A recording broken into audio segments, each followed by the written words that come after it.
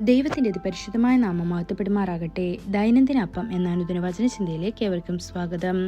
ഇന്ന് കർത്താവ് നിങ്ങളുടെ കാര്യം വാദിക്കും എന്ന വിഷയത്തെ ആസ്പദമാക്കി ചില കാര്യങ്ങൾ നമുക്ക് ചിന്തിക്കാം. അതിനാധാരമായ ഒരു വാക്യം വായിക്കാം. സദൃശ്യവാക്യങ്ങൾ 22 അധ്യായം 23 വാക്യം. യഹോവ അവരുടെ വ്യവഹാരം നടത്തും, അവരെ കൊള്ളയിട്ടവരുടെ ജീവനെ കൊള്ളയിടും. ഇന്നത്തെ ലോകം അനീതിയും ദുഷ്ടതയും കൊണ്ട് നിറഞ്ഞിരിക്കുന്നു. സമ്പന്നർ ദരിദ്രരെ പീഡിപ്പിക്കുന്നു. ഉദ്യോഗസ്ഥർ കൈക്കൂലി വാങ്ങുകയും നീതിയെ വളച്ചൊടിക്കുകയും ചെയ്യുന്നു. രാഷ്ട്രീയക്കാർ നിസ്സഹായരെ ചൂഷണം ചെയ്യുന്നു. വിധവകളുടെ വീടുകളിൽ പോലും ഇരയാകുന്നു. അനീതിയും അക്രമവും എല്ലായിടത്തും പെരുകുന്നു. എന്നാൽ ദൈവമക്കളുടെ സംരക്ഷണത്തെക്കുറിച്ച് എന്താണ്?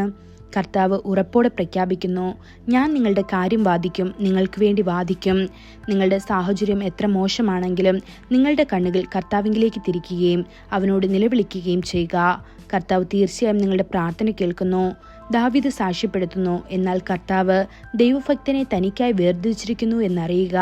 ഞാൻ കർത്താവ് വിളിക്കുമ്പോൾ അവൻ കേൾക്കും എന്ന് സങ്കീർത്തനം 4 അധ്യായം 3 വാക്യത്തിൽ പറയപ്പെടുന്നു. അവൻ നിങ്ങളുടെ പ്രാർത്ഥനകൾ കേൾക്കുക മാത്രമല്ല, അവൻ നിങ്ങളുടെ കാര്യവും വാദിക്കുന്നു. മരുഭൂമിയിലൂടെ സഞ്ചരിച്ച ഇസ്രായേൽ മക്കൾ തങ്ങളുടെ തർക്കങ്ങൾ മോശയുടെ അടുക്കൽ കൊണ്ടുവന്നു. പിന്നീട് അവർ ന്യായാധിപന്മാരെ സമീപിച്ച് കാര്യങ്ങൾ പരിഹരിക്കാൻ ശ്രമിച്ചു. ഒടുവിൽ രാജാക്കന്മാർ ഇസ്രായേലിൽ ഭരണം നടത്തി. ജ്ഞാനത്തോടും നീതിയോടും കൂടി കേസുകൾ വിധിച്ചു. ഇന്ന് നമ്മുടെ രാജാക്കന്മാരുടെ രാജാവും പ്രഭുക്കന്മാരുടെ കർത്താവുമായ നമ്മുടെ വിലയേറിയ രക്ഷകൻ നമ്മുടെ പൂർണ്ണനും നീതിമാനുമായ ന്യായാധിപനാണ്. നമ്മുടെ കേസുകൾ അവന്റെ മുൻപാകെ കൊണ്ടുവരാം. ശൗൽ രാജാവ് ദാവീദിനെ അന്യായമായി പിന്തുടർന്ന് വേട്ടയാടിയപ്പോൾ നീതിക്കായി ദാവീദ് എവിടേക്ക് തിരിയാൻ കഴിയും? അവൻ ശൗലിനോട് പറഞ്ഞു, കർത്താവ് എനിക്കും നിനക്കും ഇടയിൽ ന്യായം വിധിക്കട്ടെ. കർത്താവ് നിന്നോട് എൻ്റെ മേൽ പ്രതികാരം ചെയ്യട്ടെ എന്ന്. ഇതൊന്ന് ശമൂവേൽ 24 അധ്യായം 15 വാക്യത്തിൽ കാണപ്പെടുന്നു. കർത്താവ് തീർച്ചയായും ദാവീദിന്റെ കേസ് വാദിച്ചു.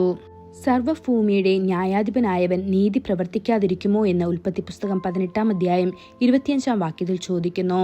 കർത്താവ് ശൗലിനും ദാവീദിനും ഇടയിൽ നിന്നുകൊണ്ട് നീതിയുള്ള വിധി നൽകി. അവൻ ശൗലിൽ നിന്ന് രാജ്യം ഏറ്റെടുത്ത് ദാവീദിന് കൈമാറി. പ്രശ്നം വലുതോ ചെറുതോ ആകട്ടെ, ദാവീദിന്റെ പതിവ് എപ്പോഴും തന്റെ ആശങ്കകൾ കർത്താവിനോട് പറയുക എന്നതായിരുന്നു.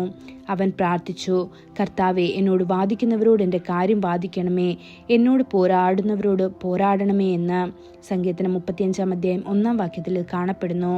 ദൈവത്തിന്റെ പ്രിയ മക്കളെ, നിങ്ങളുടെ കാര്യം എന്തു തന്നെയായാലും ആദ്യം അത് കർത്താവിനെ ഏൽപ്പിക്കുക. അവന്റെ വിശുദ്ധ മന്ദിരത്തിൽ പോയി നിങ്ങളുടെ ആശങ്കകൾ അവന്റെ കാൽക്കൽ വയ്ക്കുക. അവൻ അത് ഏറ്റെടുക്കും. അവൻ നിങ്ങളുടെ കാര്യം വാദിക്കും. അവൻ നീതിയോടെ പ്രവർത്തിക്കും. ഈ വചനങ്ങളാൽ ദൈവം നമ്മെ ഓരോരുത്തരെയും അനുഗ്രഹിക്കുമാറാകട്ടെ. കൂടുതൽ ധ്യാനത്തിനുള്ള വാക്യം സങ്കീർത്തനം 119 അധ്യായം 154 വാക്യം. എൻ്റെ വ്യവഹാരം നടത്തി എന്നെ വീണ്ടെടുക്കണമേ, നിന്റെ വാഗ്ദാന പ്രകാരം എന്നെ ജീവിപ്പിക്കണമേ. ഇന്നത്തെ ബൈബിൾ വായന രാവിലെ സങ്കീർത്തനങ്ങൾ 110, 111, 112 അധ്യായങ്ങൾ. വൈകുന്നേരം 1 കൊരിന്ത്യർ 5 അധ്യായം. ആമേൻ.